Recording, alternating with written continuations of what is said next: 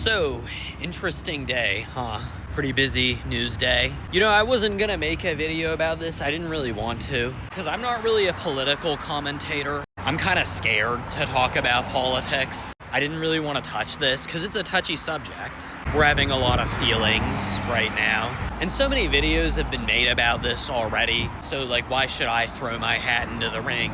What could I possibly have to say that hasn't been said already? But I mean, you know, it's just such a big story. It's kind of like an elephant in the room that I can't just, I don't know. It feels weird to just make a video about any old thing. I might regret this, but I come in peace. I'm just gonna provide a take as best as I can in a nuanced way.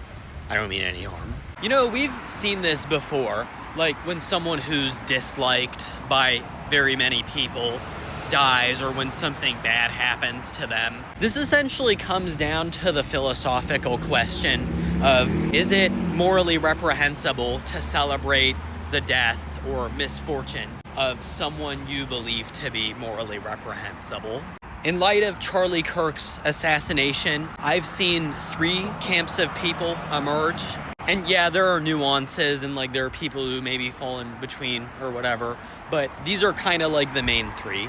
First, there are his supporters, the people who like him or who agreed with what he was doing. And they're sending their thoughts and their prayers and their condolences and things like that. Then there are his political opponents, people who didn't like what he was saying or doing, or at least they disagreed with his ideas. And they split into two camps. First, there are the people who are like, you know, I wasn't really a fan of his. I disagreed with a lot of what he had to say. But at the end of the day, he was still a person. He was still a son and a husband and a father. And he had friends and people who care about him. And we shouldn't celebrate his death. You know, political violence has no place in our country or in our world.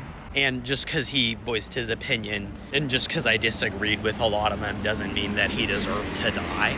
They're basically saying that or some variation of it. Then there are the people who don't feel bad about his death, or they're actively celebrating it or mocking it. And their reasoning goes like, oh, well, he was a terrible person. He spread hateful and harmful rhetoric that affected the lives of millions of people. He was racist, he was homophobic, transphobic, sexist, misogynist.